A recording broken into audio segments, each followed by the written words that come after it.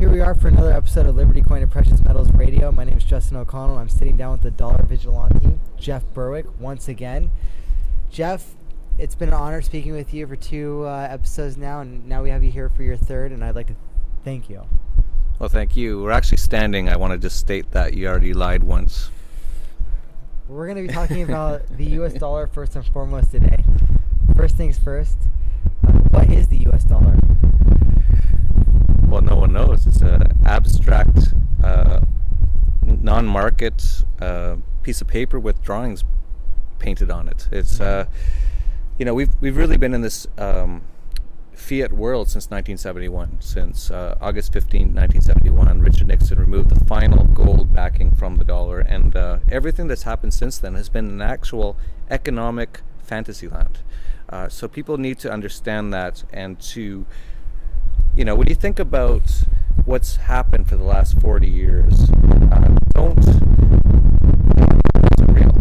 It's really important to get your heads actually it happened. Of course it happened. But it was, and we have to understand that now. And this is not going to collapse in the next few years. So the sooner you can get prepared and understand that and buy hard assets, get rid of your paper dollars. That's what we read about. I write the Dollar Vigilante, and the whole concept is that just get rid of your dollars. Whenever you get some of them, get rid of them and buy something that Ben Bernanke cannot print. Mm-hmm. And by getting out of that, which Ben Bernanke can print, you're basically taking away some of the firepower that our government and the central banks have in waging war against populations across borders. Totally. Ron Paul stated recently that it's no coincidence that the century of central banking was also the century of war, complete total war. You cannot actually have war without central bank, without inflation. If you get a bill in the mail every month for your Afghanistan war, your Iraq war, your Libya invasions, your drone bombing of Palestinian women and children, you'll probably stop at some point because you'll be like, I don't really want to pay for this, but that's how they do it, through inflation, and that's how they pay for all these things. And this has been a horrible experiment. Central banking is a complete, actually communist construct. It was actually devised initially by people like Karl Marx. It's a complete communist thing, and it's going to actually all collapse. And the Federal Reserve was founded in 1913, December 24th, 1913.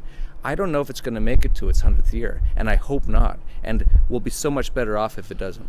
Absolutely, and there's many more people waking up. They're realizing that by keeping their money in some of these keystone banks that they have, they're doing an immoral act almost. So you have to get it out of those banks somehow in order to protect not only yourself. We talk about all the time protecting our savings, protecting ourselves, but when you do something like that, take it out of one of the main banks, you're protecting others as well.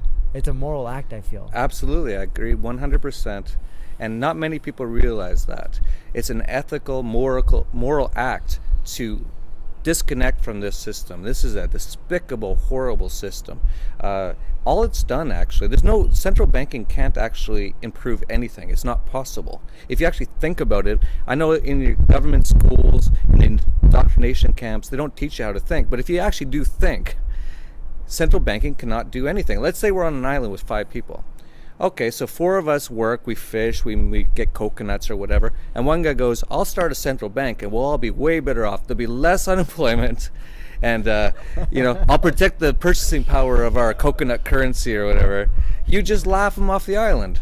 That's one of the problems that's going on right now, is the world's getting to be a big place. There's 7 billion of us now, and they've learned to disconnect us from each other, and we have to actually just reconnect. And it might actually take a collapse of the system to make it happen, which is unfortunate, but it's actually possible.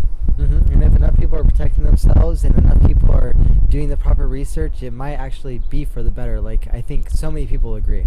Oh, we, as a human race, we have so much potential. Just even if you look at the last 100 years, what's happened,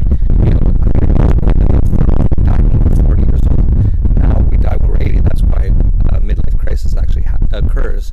And the amount of just unbelievable, you can video conference with your friends and family around the world, and that's despite of the status system. If we didn't have the states and the regulations and the rules and the way they destroy capital through taxation, we'd already be living on Mars if we wanted to. We have so much potential, and that's why I fight for what I'm talking about, is because I can see the potential, and it could be so beautiful, and we're actually fairly close, and we just got to get there. Absolutely, Jeff. Well, Jeff Berwick of the Dollar Vigilante, thank you so much for standing up with us today. We're at the California Investment Conference in Palm Desert. I look forward to speaking with you again. This is Liberty Coin Precious Metals Radio.